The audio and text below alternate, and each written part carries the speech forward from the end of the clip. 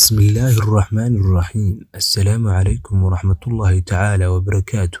xayawaanadu waa qaar ka mid ah makhluuqaadka uu eebbaheen hubay, waxaana leeyihiin noocyo kala duwan oo Ilaahay ugu talagalay subxaanahu wa tacaala. Haddaba xayawaanada aynu badanaa ogsoonnahay ayaa ah kuwa caadi ah, ha noqdaan xamaarato, kuwa biyaha ku nool iyo kuwa beriga ku noolba.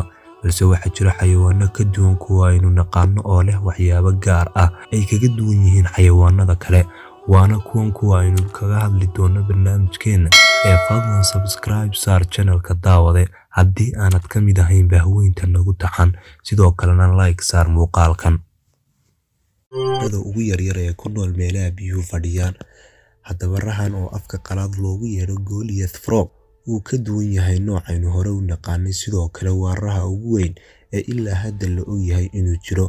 Nooca raha ah waxa uu culayskiisu dhan yahay 3.5 kilogram, halka uu dhererkiisuna yahay 32 sentimitir. Cilmi baaris cusub ayaa muujinaysa in nooca raha ah ee loo yaqaano Goliath frog laga helay qaaradda Afrika, siiba ahaan wadamada kale ah Cameroon iyo Equatorial Guinea.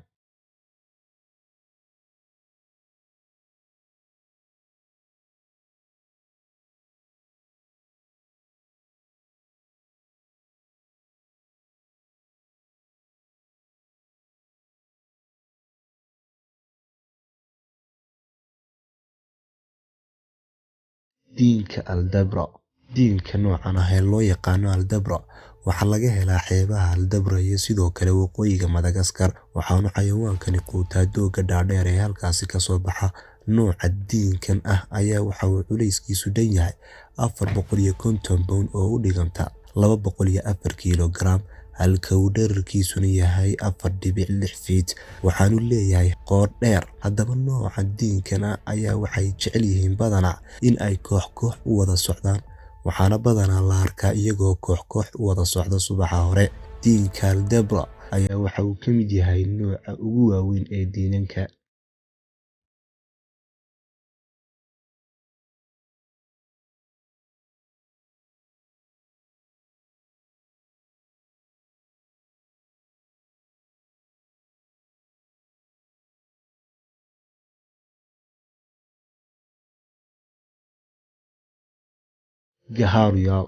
Gharial waa nooc ka mid ah yaxaaska, balse waa uu ka duwan yahay yaxaaska muuqaal ahaan. Yaxaaska noocan ah ayaa leh af dhuuban oo dheer, waxaana laga helaa badweynta India. Celceliska culayskiisana waxaa lagu qiyaasaa inta u dhaxaysa 250 ilaa 360 kilogram, waxaana uu dhererkiisu gaadhaa 17 feet oo u dhiganta 5 mitir.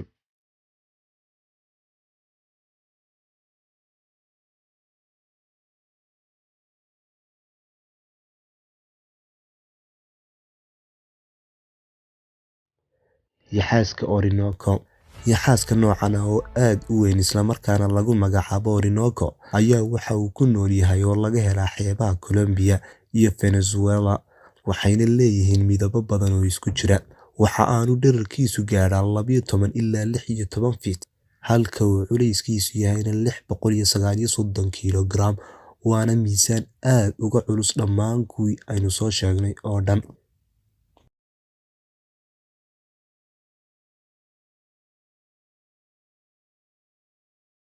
Diinka Galapagos. Noocani waa nooc ka mid ah diinka, waxaana loo yaqaanaa Galapagos, waana nooca ugu weyn diinka. Haddaba waxa uu noolaan karaa diinkan in ka badan 100 sano. Diinkan ayaa waxaa laga helaa jasiiradda Galapagos oo loogu magac daray. Jasiiraddan ayaa ku taalla waddanka Ecuador. Diinkan ayaa culayskiisu yahay 417 kilogram, halka dhererkiisuna yahay 5 feet.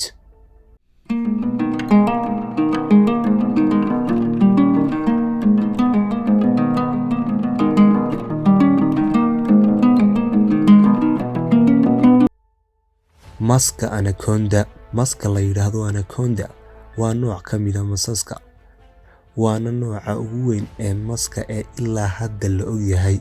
Sidoo kale waa xayawaanka labaad ee ugu dheer marka laga hadlayo dhererka, waxaana maskan laga helay saxaraha Koonfurta Ameerika. Haddaba dhererka maskani waxa uu gaadhaa ilaa 9 mitir, waxayna khabiirada qaar sheegaan inuu dhererkiisu gaadhi karo ilaa 30 mitir. Sidoo kale ku darso, Maskan ayaa waxa uu awood u leeyahay inuu ku dhex socdo ama ku dhex dabaasho biyaha, waxaanu inta badan ku nool yahay maskani kaymo roobaadka iyo meelaha uu doogga cagaarani ku yaallo, isagoo noolaan kara waqti lagu qiyaaso 10 sano.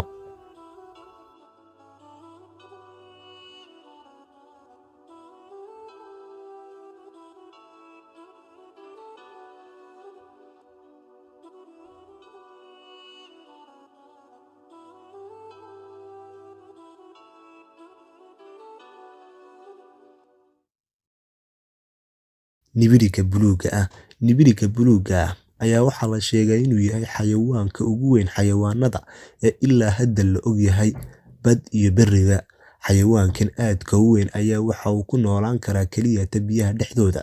Haddaba nibirigan buluugga ah carabkiisa oo kaliya waxa uu culays leeyahay maroodiga qaangaarka ah, waxaana culayska carabkiisu dhan yahay 2.7 tan oo u dhiganta 2700 kiiloogaram.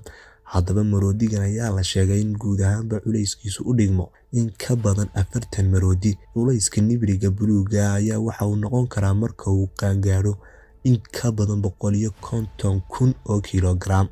Nibirigan buluugga ah lagama helo badaha oo dhan, balse waxaa laga helaa meelo aad u kooban oo ay ka mid tahay qaaradda Ameerika, gaar ahaan gobolka California iyo meelo ka mid ah dalka Mexico. Haddaba nibirigan buluugga ah waxa uu noolaan karaa ama ay meertada noloshiisu gaari kartaa inta u dhaxaysa 80 ilaa 90 sano.